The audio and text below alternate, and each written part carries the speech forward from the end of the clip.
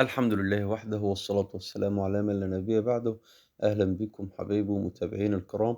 النهاردة هنعمل مع بعضنا صينية ورق عنب أو تورتة ورق عنب، سموها زي ما تسموها. الشكل الجميل اللي قدامكم ده إن شاء الله هنتعلمه مع بعضنا بطريقة سهلة وبطريقة جميلة، طريقة جديدة لورق العنب. هنجيب فورمة أو صينية عندنا المتوفرة عندنا ويكون حرفها عالي شوية، ماشي. بحيث إن لمّا الرز يتشرّب ما تزيدش معانا أوي، تمام.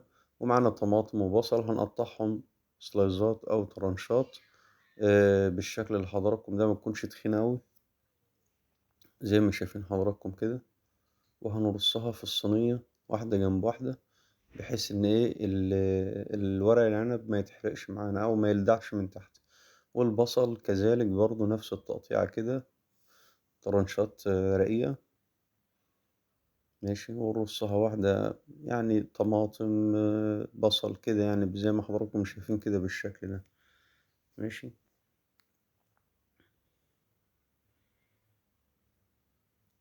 وبعد كده هنحط شوية جزر مبشور لو متوفر عندنا. المهم حاجات ايه أرضية كده، بحيث إن الحاجة ما تتحرقش مننا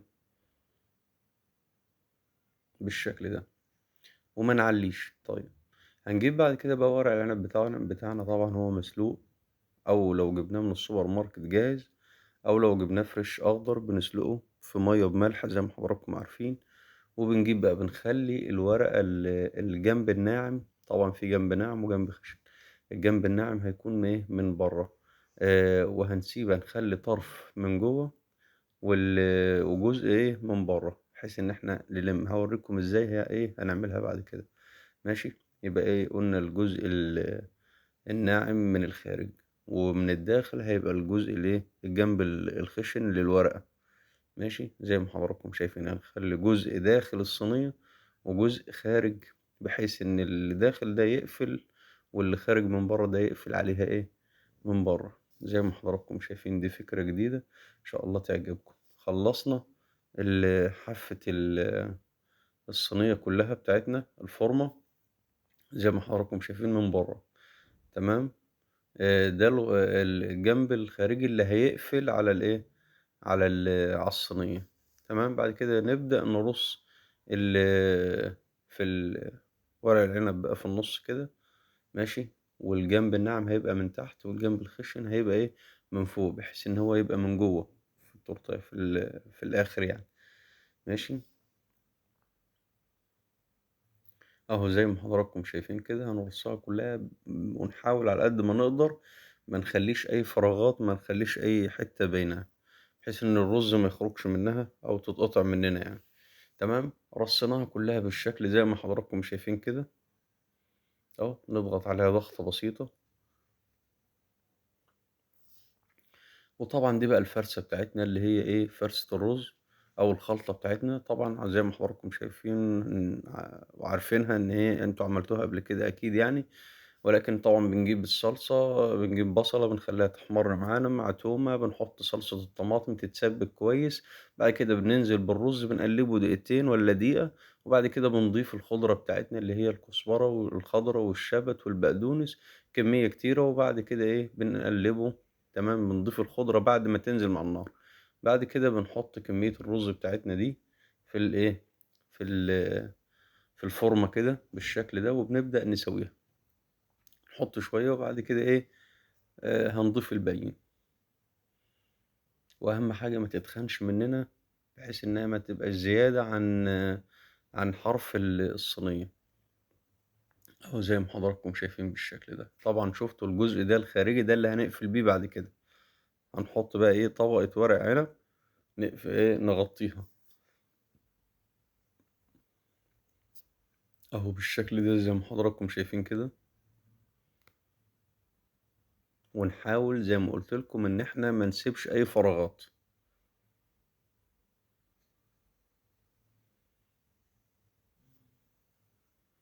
وطبعا احنا سوينا الرز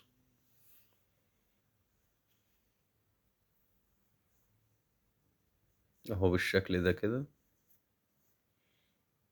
احنا حطينا الطبقة اللي هي من الداخل، بعد كده نبدأ نقفل بقى بالجزء الخارجي اللي احنا سيبناه في الأول، تمام. نقفل كده كويس، واحنا بنقفل نضغط ضغطة بسيطة. اتقفلت معانا كلها بالشكل ده، وفي جزء باقي من الحرف بتاع الصناعة، بحيث ان احنا لما نحط المرقة بتاعتنا او البيون ما ايه يبقى فيه مساحة. ماشي. بعد كده هنقطع طرنشات طماطم او سلايزات طماطم بالشكل ده ونرصها من فوق. ليه بقى؟ بحيث انها تقفل معانا، ولما نيجي نحط المرقة الورق ده ما يتفتحش. ماشي. حاجة بتتقل ايه على على ورق العنب، على الورق. بنيجي بقى بعد كده بنجيب البيون بتاعنا اللي هو او المرقة دي، مرقة لحمة. ماشي. مرقة فراخ عادي مش مشكلة، مرقة لحمة، المرقة اللي موجودة عندكم او زي ما تحبوها يعني. ماشي. وبنسقي ورق العنب او الصينية بتاعتنا بالشكل ده. تمام.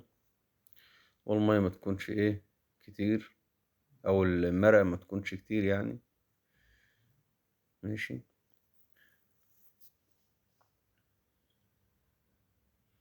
بعد ما سقيناها، ماشي، نغلفها بقى ببلاستيك.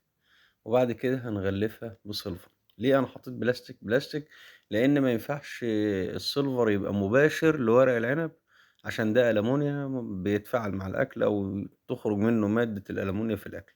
فطبعا ورقة البلاستيك هتكون عازل. استوت معانا بالشكل ده، خدت بتاع حوالي تلت ساعة، ماشي، على نار متوسطة في الفرن. تمام. ممكن تسووها على البوتاجاز عادي، بس تكون برضو نار هادية. ماشي. طلعت معانا بقت بالشكل ده. هنلم بقى ايه الطماطم دي، هنشيل الطماطم اللي على الوش. هنشيل الطماطم دي بحيث انها ايه تظهر معانا الايه الصينية ورق العنب بتاعتنا. شايفين طبعا الشكل، الطعم والريحة حاجة ايه، حاجة تانية يعني. إيه، قلبناها بحيث ان احنا برضو نشيل البوكيه جرنيه اللي تحت. تمام. الطماطم والحاجات. وبعد كده نبدأ بقى نقطع منها خرطة بالشكل ده ونشوف الشكل عامل ازاي. أتمنى تكون نالت إعجابكم، أتمنى أكون قدمت لكم حاجة مفيدة. لو عايزين تشوفوا كل حاجة جديدة اشتركوا في القناة وفعلوا زر الجرس. وما تنسوش تعملوا لايك. وأشكركم شكرا جزيلا.